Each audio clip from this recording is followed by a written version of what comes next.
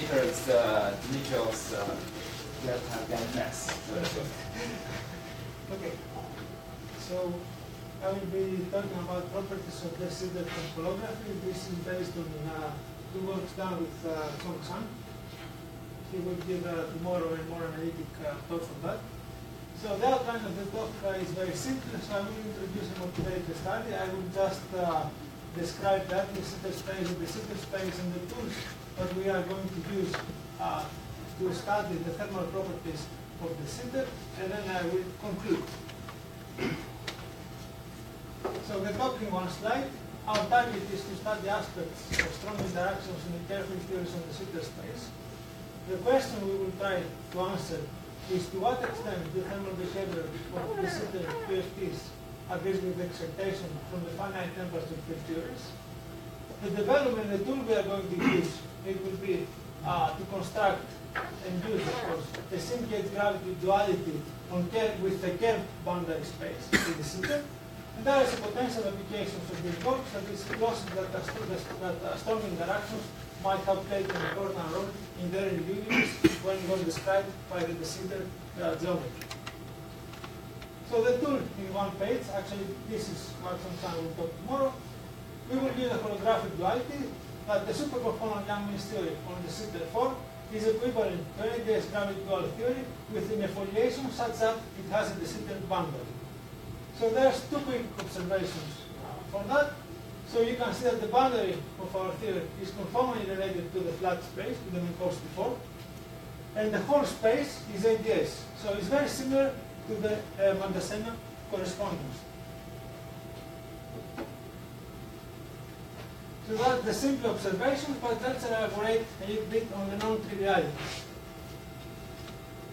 So that the Sitter space, we know that are maximally symmetric Einstein spaces, and are solutions of the Einstein equations with negative and positive cosmological constants, lambda. So if we take the Einstein-Hilbert action, which is this one, lambda here is a cosmological constant, the cosmological term, we may find the solution in a foliation such that the boundary of the metric is in the Sitter space. But this does not uniquely determine the bulk metric. So I'm looking for a solution in this in the equation of motion of this action that has a boundary metric that is the Sitter, but I don't know what is yet the bulk. Okay, to see that I can write the metric in a Pfeffer-Graham coordinates, which take this form. So Z here, let's say, is the holographic direction. H mu is the metric, which if I take Z to 0, this goes to the boundary, and this is my metric on the boundary. Okay, I can write any metric in this form. If I plug that inside this action, I will get a solution, asymptotic solution, that goes like that. The exact form is not very important, but it's just given asymptotically by the derivatives of these metrics close to the boundary. And here I have some logarithmic, this n runs from 0 to d over 2, d is a dimension, and I have also this term. This term is there only for even dimensions. It's related to the conformal anomaly. But this is a solution asymptotically of the Einstein-Hilbert action. Now if I want to compute, and I will not write down the expression, the stress energy tensor on the boundary, this depends on how the bulk, how the geometry approaches the boundary, and it's also restricted by the gravity solutions due to its conservation. Okay. So what I want to say is that to find a full gravity solution, I have to specify the boundary metric, and I have to specify the state that the dual field theory is. Basically, the stress energy manifestation. Okay. So that's for the de Sitter space. So that is why this is a non-trivial correspondence. I have the ADS with the de Sitter boundary, and this is so. If we are looking for the de Sitter boundary, there is a canonical choice for the de Sitter invariant vacuum states, and this is the Bank-David vacuum or the Euclidean vacuum. This reduces to the Minkowski space vacuum state. That's how I define the canonical vacuum in the curved space-time.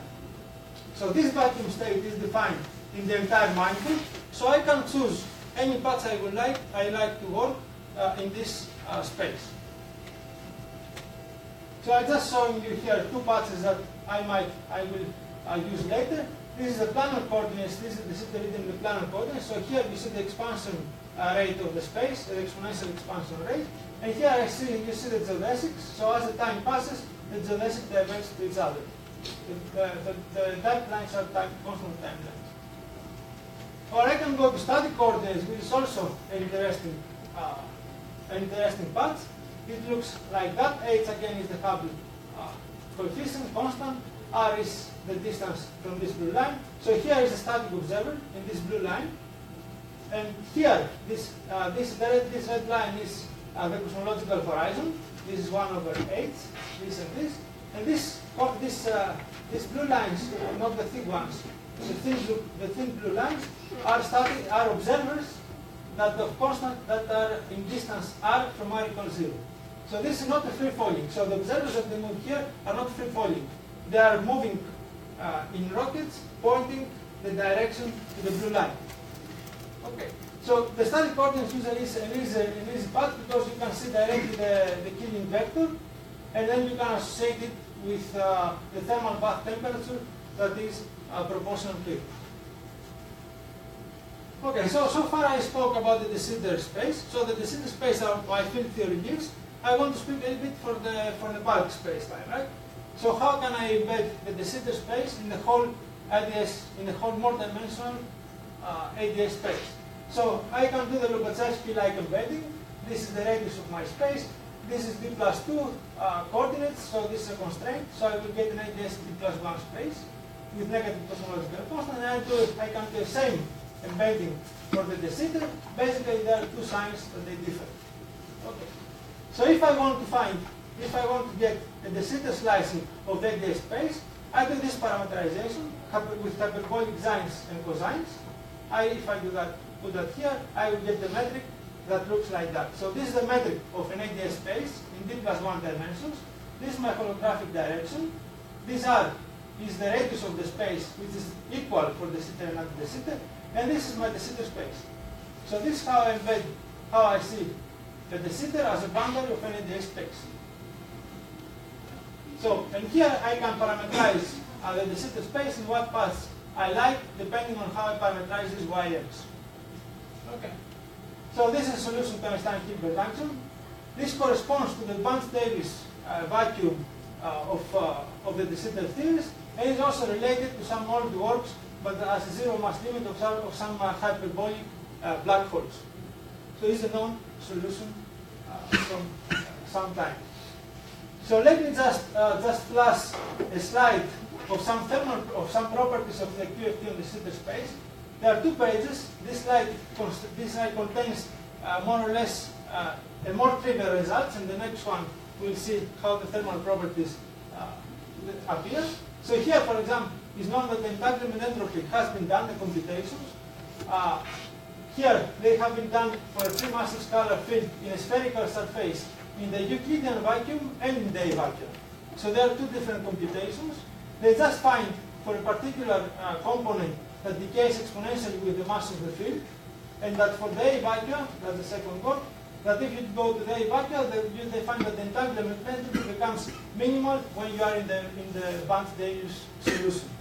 So this is like a free massive scalar field. But then if you go to strong coupling limit, you do the computation with the Untitled formula, then since the de Sitter is conformally flat, and you are speaking about extremal surfaces, you can find always a time-independent frame, and you can get the same minimal surface with the usual ADS Minkowski solutions. So more or less what I want to say here is that this is quite trivial. Okay, for the entanglement entropy. You get the same result as if you have a flat n equal 4 supersymmetrical means for Minkowski space. Of course, you can do the bulk to formalism from the scratch. That's for the two-point functions, for example. This is something we have done. So the result is a two-point function, so you have a conformal theory. The result is completely fixed by conformal symmetry, and then anywhere you see the Hubble coefficient, this h, it's just a trivial dependence that comes from the geodesic distance. Basically, you can obtain this, this two-point function result. It's just an analytic continuation of the sphere to go to the de Sitter space. Okay. So these are the results that you don't see the effects of the temperature. Now, where do you see the effects of the temperature? Now, this is a slide that you see. So you can go a little bit more difficult computations, let's say, or more involved. You can compute the dynamical confining, the confining phase transition on the Sitter space. So you can see that if you have field theories on the Sitter space, to go from the confinement to confinement, the transition happens at a critical temperature that is lower than the critical temperature in Minkowski by a factor of d. This is a dimension. So here basically the story is that you do spatial compactification on the direction on the Sitter space, and you do a time compactification, and then you get two solutions. One is a black hole solution, and one is this Sigard type geometry solutions that are confining. And then Minkowski phase transition here, the temperature is 1 over r. R is the radius of the compactification set.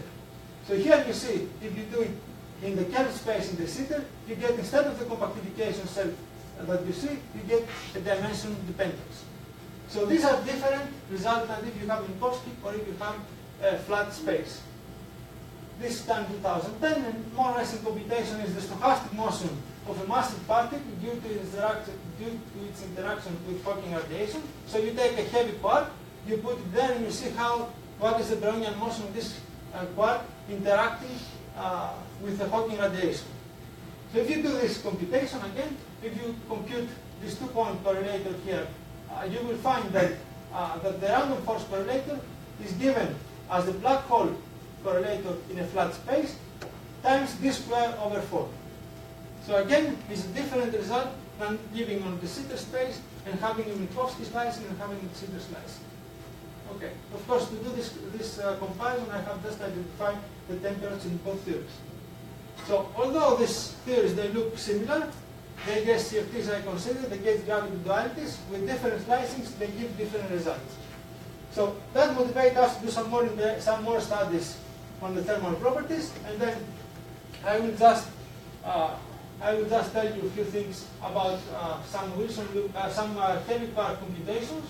So I can compute the expectation value of the Wilson loop. This is known to be given as the path order exponential of the gauge field along a line C. Right? This is C, is a curve C is here. Now this is placed on the boundary. If this is an orthogonal loop, if I choose this to be an orthogonal curve, and then in one direction I would say of length L, in the other direction of length T. If the time direction is very large, then this is related to the energy, this expectation value is related to the energy of the heavy quark bound state, the static potential. Now if I take the large N limit, one more limit, large T limit, large N limit, I can do the computation in the strong coupling limit made by CFT. There is a minimal surface that ends on this loop. So how can I do this computation in the curved space? Here my space is expanding. Let me choose the planar coordinates. My space is expanding, so these are my geodesics. So if I put here a quark, we'll follow this blue line. But this is something I don't like, because if the distance between the quark changes, then I cannot find the energy between them. Right? I want to find something that is the distance for any constant L. So what I will do is I will take two quarks, I will put them in these blue lines here and here, but then I will give them a speed. And this is something you can do, let's say, with an electric field. I will give them a speed such that it comes